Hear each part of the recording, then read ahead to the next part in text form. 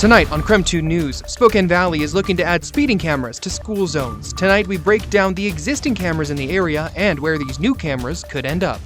Though heavy snow will continue over the Cascades this weekend, expecting some quieter conditions across the inland northwest with just a small chance for a rain-snow mix.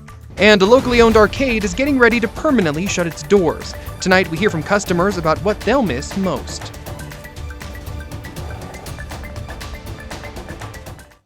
Good evening and thanks for joining us for KREM 2 News. I'm Christian Garza. Cody has the night off. But we're going to start tonight with a quick look at the forecast because it has been a crazy, let's just face it, last couple of weeks weather-wise here across the inland northwest. Let's turn to meteorologist Michelle Boss. Michelle, how is this weekend going to look though? In comparison, a lot quieter. It's not going to be completely dry, and we still have a little bit of a breeze to contend with tomorrow. But certainly, again, compared to what we've gone through this week, not a whole lot of inclement weather to deal with here in the inland northwest. As we take a look at satellite and radar, it is quiet right now. We actually even have some partly clear skies out there in the Spokane area. A little bit more cloud cover across North Idaho.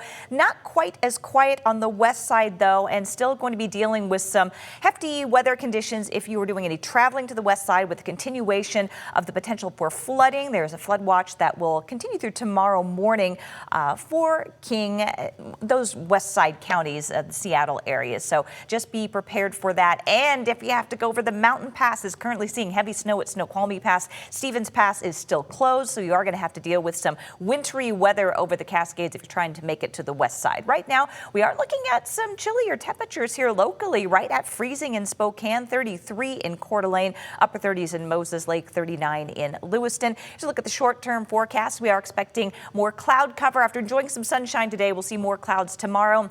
Temperatures a little bit cooler, isolated snow possible, better chance on the Coeur d'Alene side, and a chance of a rain-snow mix on Sunday and on Monday as well. Temperatures still staying above average, though, in the upper 30s and lower 40s. All right, thank you so much, Michelle. Well, time for your night beat with a quick look at today's top local stories. Well, people in parts of Shoshone County are under a boil order tonight. According to the Shoshone County Sheriff's Office, folks living in the Osborne and Big Creek area should boil their water until further notice due to the power outages. Now, you can find the latest updates on the Shoshone County Sheriff's Facebook page. And the city of Clark Fork is approving an emergency declaration to address the severe flooding damage that wiped out parts of their main water line. According to our partners at the Bonner County Daily Bee, the declaration will help rebuild about 1,000 feet of water line along East Spring Creek Road. Now, council is estimating the repairs will cost at least $250,000. And 2 days after Wednesday's windstorm, thousands of people are still without power. Avista is still dealing with 278 active outages with nearly 6,000 people without power. Meanwhile, Northern Light still has about 73 active outages with about 1,600 people without power. At the peak of the outages Wednesday, about 140,000 people across the region lost power due to those winds. Well, that's it for your night beat. For more on any of these stories, just head to our website, krem.com. Well, new tonight, a beloved Spokane arcade is getting ready to permanently close their doors. KREM 2's Connor McAvoy tells us more about the closure and the memories customers hold dear. Chaos is in the name and in the fun to enjoy at Chaos Arcade since its doors opened in Spokane in 2021.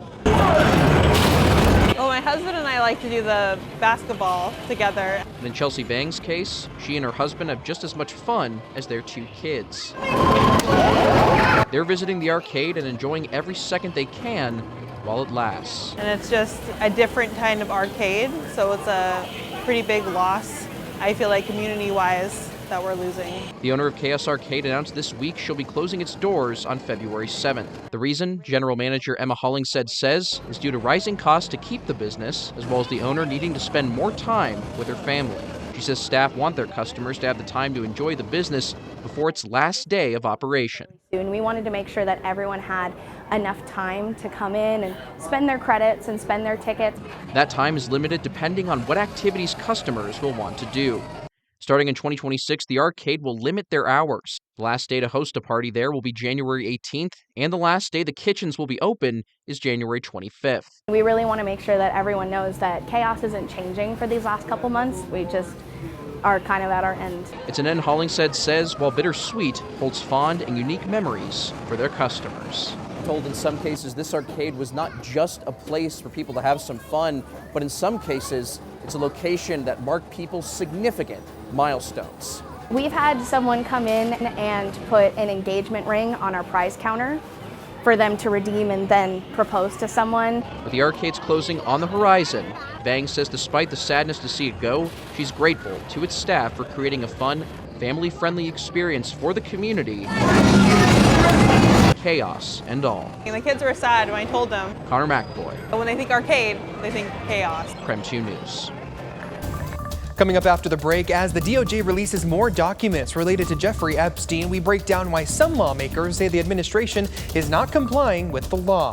And Spokane Valley is looking to join suit with Spokane in adding school zone speeding cameras. Later in the show, a look at speed zone cameras around the region.